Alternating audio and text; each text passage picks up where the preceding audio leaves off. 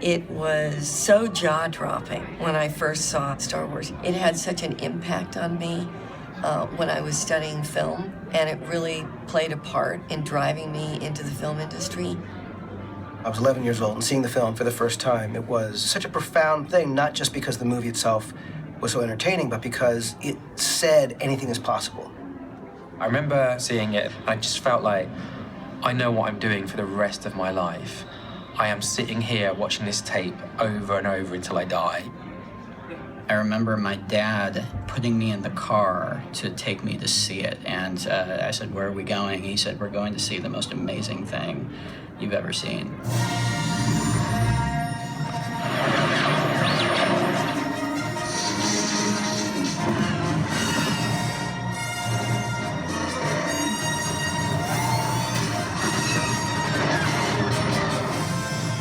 Star Wars is a revolution. You can't compare Star Wars to anything that came before it.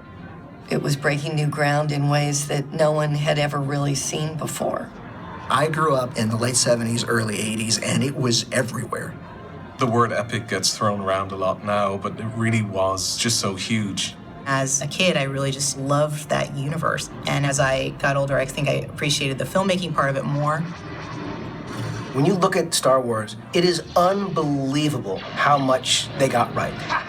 Like, not just the story, and not just the characters, not just the casting, not just the design, not just the music, but all of it.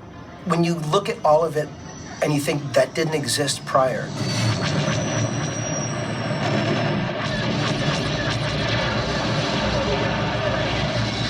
It is this strange combination of huge, massive world creation spectacle and really intimate psychological character stories. What George hit upon was this kind of fun, exciting, adventure, self-empowerment kind of storytelling. You may get sucked into it for some of the more fun aspects of it. And then as you grow up, the films grow up with you because you become older and more sophisticated and are able to peel back some of those mythic layers and appreciate those as well.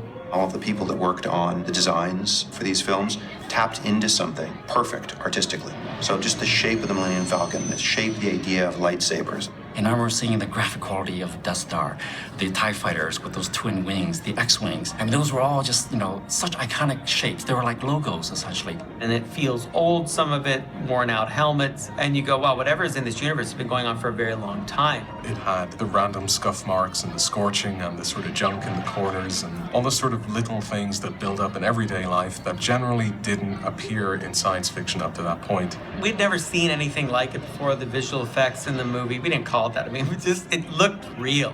It felt real. There has been an awakening. Have you felt it?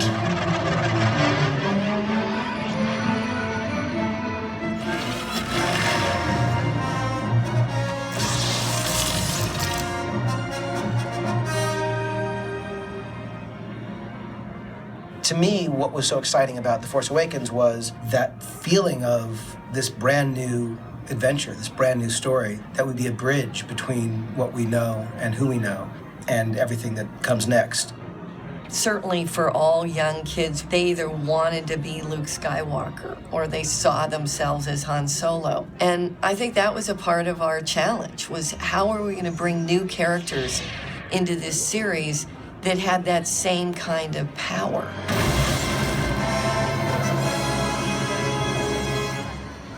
While there was never a doubt that the visual opportunities were enormous, the worlds we would travel to, the creatures we would meet, the weapons and ships and landscapes that we would see would be stunning and exciting. None of that matters if you don't love the people in the ships. So at the core of this story had to be the thing that makes any story work, which is the characters. It doesn't end there, though. This is just the first step on a long path for Star Wars into the future.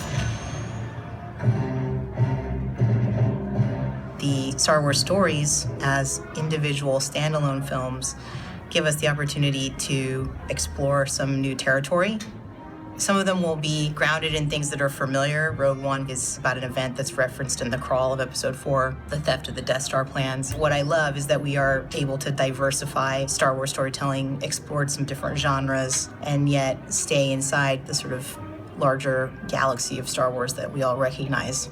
There's so much story that we're telling across multiple movies, across different television shows, across all kinds of different media. We're tasked with developing those stories and making sure they're cohesive, that they connect. One of the things we always ask ourselves in the story group is, what's the best format for a story to be told? Is it a movie? Is it something in the animated space? Or is it a book or a comic? Working on story and helping to guide those filmmakers and looking for ways in which we can push technology. That's what keeps it exciting and new and relevant. And what better way to do that than inside the Star Wars universe? It is like some sort of, I was going to say it's kind of like a renaissance here, but it's not even that because we were never even doing this before. This is turning out a movie a year. Everything from Rogue One and the other movies and shows like Rebels have the opportunity to do things that are both visually and tonally a little different to what you might consider classic Star Wars. Everyone, hang on!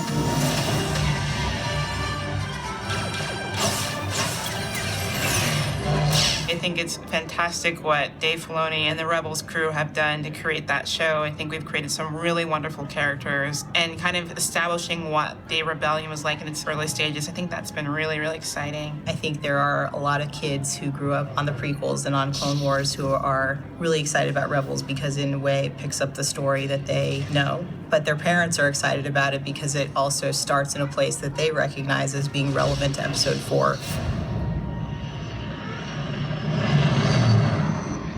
I think to this day, Star Wars still represents this amazing universe. A place that only exists in the movies or in your imagination, but soon we're going to be building it in a physical way, a tangible way in our theme parks.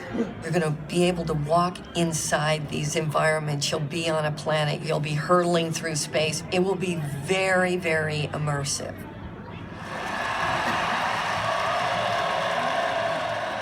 It's nice to be involved in something where everybody cares so much. It's not just that they care about it because they're a fan, but they care about it because it had something to do with their life. I think it's great, frankly, when you get a group of people in the room and they're that energized to do great work.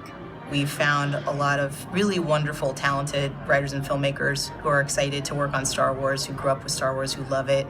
The very first kind of movies that I and a lot of the people in my generation were making in our heads as kids was in that world of Star Wars. I don't think I'm lying when I say Star Wars means the world to me. I just really wish someone had told me when I was 4 that I was going to get to make a Star Wars film, because I would have spent the last 36 years planning it.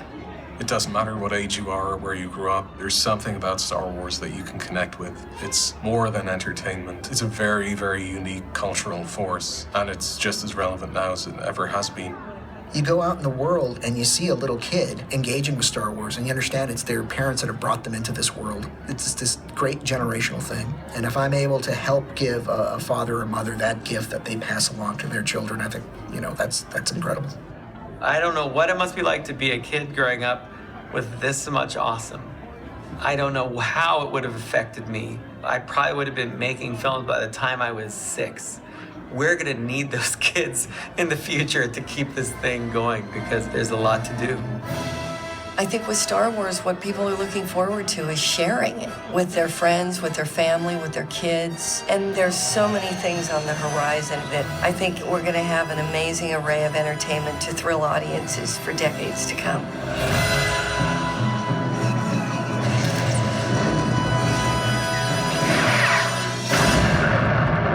The Force will be with you.